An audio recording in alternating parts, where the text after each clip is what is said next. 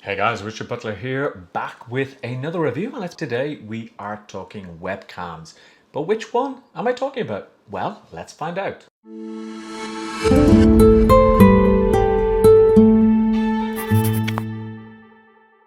Hey guys, it's Richard, and today I'm talking about this. Let me put it up here. This is the StreamCam by Logitech. And I kind of bought this by accident because I didn't actually know it existed and I didn't know that I actually needed it. But I really wanted to buy the Elgato facecam, which I will buy once it comes back into stock on Amazon. But while looking through all of the reviews about webcams, this one came along. And I thought, well, why not? I'll buy it, I'll review it, and I'll let you guys know what it's like. So first of all, let's talk about why you might need an external webcam, because after all, your computer has a webcam, right? Well, yeah, but the webcam that your computer has is really low quality. So it's good for starting off. I mean, if you have nothing else and you want to start off with that, well, it's pretty good.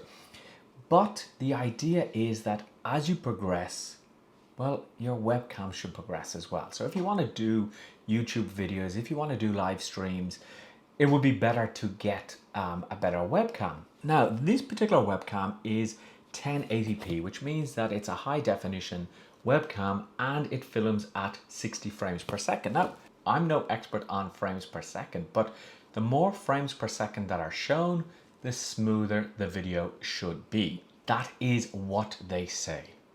But is this webcam any good? And well, why would you choose this one over another one? Well, let's be honest. Logitech, if you have been around technology for as long as I have, Logitech have a very good name. They do a lot with webcams. Now, the interesting thing is that about 2 or 3 years ago, I actually bought the Brio 4K webcam. So you might ask, why would I buy another webcam? Well, A, I love technology. B, I don't use the 4K camera that much. Why? Because, well, a lot of streaming services don't actually accept 4K, or they will reduce it down to 1080p anyway. But I've never really been a huge fan of the Brio. I don't know. I don't think it's that amazing. So I decided anyway, while I'm waiting to get the Elgato facecam, which I will do a review. So yeah, make sure that you subscribe and like the channel and leave any comments below so that I can let you know when I actually get that camera.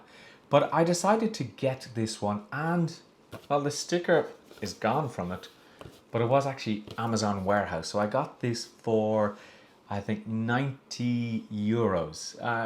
Initially, the price was something like 150 euros. They had a special at 119, and then I got one in Amazon warehouse. Warehouse is a great place to go because you get so many great bargains there, and most of the equipment that I have I've got in Amazon warehouse. So the webcam itself, as you can see, is very interesting and slick. Now, there's a couple of things that people have said they don't like about it. One is it has a built-in cable, which means that you can't detach it. Now, I actually find that an advantage because I lose my cable so much that having a built-in cable is perfect. It is actually a USB-C cable as well, so it connects directly into a USB-C port. I find that great as well because with the Apple Mac that I have, it only has USB-C ports. Now, technically, that should be better than actually having to put some sort of connector onto it. So that should also mean that the video will go directly to computer faster and in better quality, because if you have to put one of those dongles on to put it into a normal USB port, that may cause problems. So that's the first thing. Sound, well, we don't really go for sound on these cameras. The built-in microphone is okay, but you're better off getting external microphones to actually do that job. So one of the things that this camera does is you can actually turn it so that it will actually do a vertical picture. Now, why would you do that? Well, one option is if you were doing a tutorial review, you could actually have the camera in a vertical position and then it would take up less space. So it's like an Instagram story. And somebody said, well, what you could do is you could actually create your Instagram stories on the computer. Well, it's not that easy to upload from the desktop to Instagram, but YouTube are doing Instagram style stories called YouTube Short. So maybe that could be a potential that you could use it for. Now, I can see that I would use it for tutorials where I would have this section of the actual screen with me on it, and then I would have 75% of the screen for the actual product that I'm showing. Now, one of the things that the Elgato Facecam has been praised for is the software that comes with it. And the software that comes with this camera is not bad. So let me just bring it up here. It's hiding down at the bottom. And I don't know how this will look because now you'll see two versions of me. But basically with this software from Logitech, which is free, you can add two cameras to your system so that you could have a dual broadcast if you wanted. Here I have the StreamCam set up, and the first thing that I can do is I can say I want the priority to be exposure or frame rate, and I'll show you frame rate in a second. I can correct the backlight. Now this may mess up my actual green screen, so apologies if things go a bit weird, and you'll see that it gets a little bit darker there. Image stabilization is really only for, well, if the camera moves. So if I rock my monitor, it should stabilize the image, but it's not that you're going to be carrying this like a GoPro. And then we have auto framing. So auto framing should mean that I am actually always centered in the frame, and you might see as I move that it actually moves. It's like center stage now that the iPad has. That can be good, but it can be a little bit disturbing because you're always zooming in and zooming out there. So I usually tend to turn that off. I could actually zoom in here if I wanted, and whoop, that's a little bit too much. And I'll just go back out to 0 there. The autofocus then will always keep you focused, or supposedly keep you focused. Let me just bring that back out there. Auto white balance, I can have that on, or I can actually change it if I want. And then with the image settings here, I can actually bring up the colors there and make it look awful. And now to try and bring it back is going to be a problem, of course. I'll just leave it there. The anti-flicker is important because, again, apologies, if I turn off anti-flicker, what can happen is that you can see a flicker, obviously, or if I change it to 60, see the way it's flickering there. So I think for European audiences, we leave it at 50 megahertz. We leave it at 50 hertz. For I think it's the American NTSC, it's at 60 hertz. So I'll just leave that like that. Now I could actually use Chroma Key here. I'm doing it through my post-editing software, but I could use Chroma Key here and it disappears the background there. So the background disappears and it actually does quite a good job. I have my green screen in the background. You can actually record from here as well if you wanted, from the actual Logitech software. And what I could actually do is I could do a split screen here like that, so that if I had another camera, actually that's quite nice in the vertical mode there, I could have another camera here or another screen that I'm actually looking at, but I don't want to do that. Chroma Key color there. Advanced settings, I can horizontally flip the source or vertically flip it. So if I were to do that, obviously I flip, and if I were to do that, I would flip. Hey, there I am. No, there I am. There I am. A little bit strange, but can be fun. Now, if I go into, for example, filters, this is kind of filters like you would get on Instagram. So you'll see that I can, actually that's quite nice, the black and white, or I could feel a little bit blue, or if I want to look a little bit more tanned.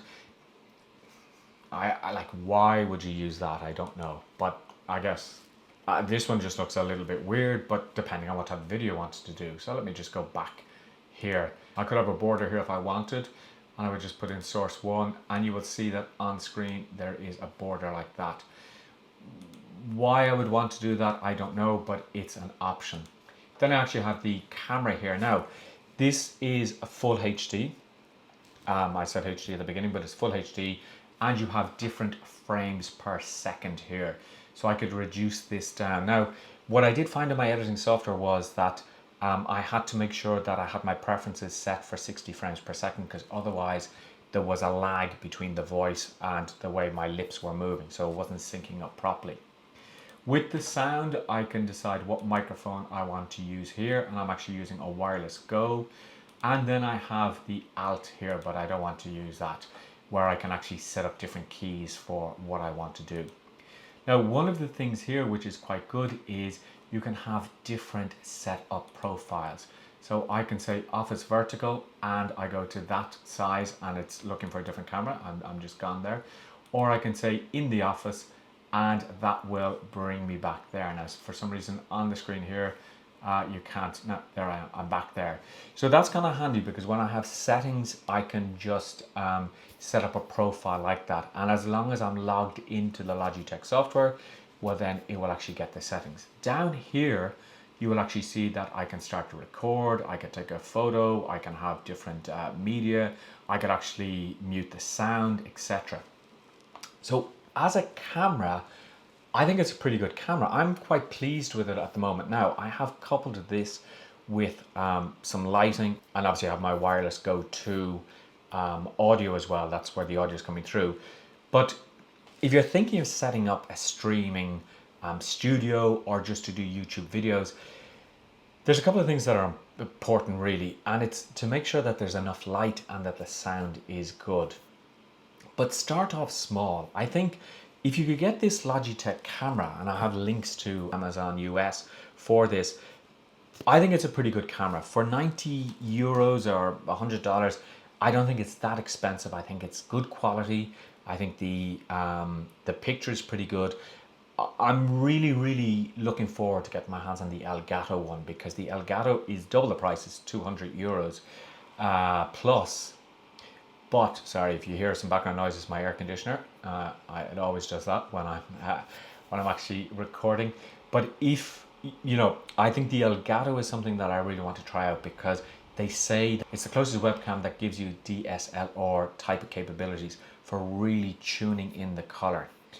I do have other webcams. For example, I said the Brio, and just one second. I also have this one that I bought on Kickstarter, which is kind of a Wally type camera, but this is a PTZ camera, which means that it auto tracks and auto follows you. It is a 1080p camera, but it's only at 30 frames per second. So the quality mightn't be as good, but if you're interested, I will actually do a comparison with those.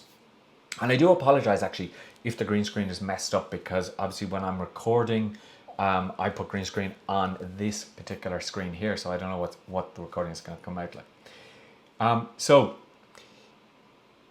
is this camera worth buying? I think so. If you're still using just your ordinary webcam, I think this camera is a good buy.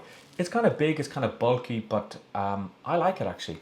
And let me just show you actually here. If I take the camera and I automatically turn it like that, it automatically knows to go into that view there, which you'll see my green screen has gone a bit funny there. I'm not going into some sort of, actually that's quite a nice effect, isn't it? My head is going, it's like all these ideas are coming out.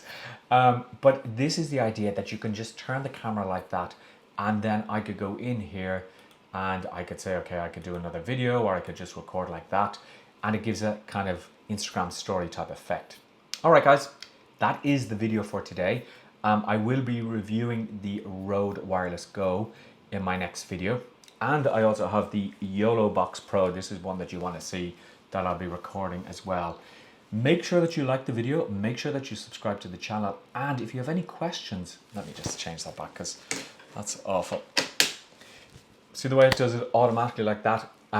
It's really good. If you have any questions, do let me know in the comments. And I'll talk to you again very soon.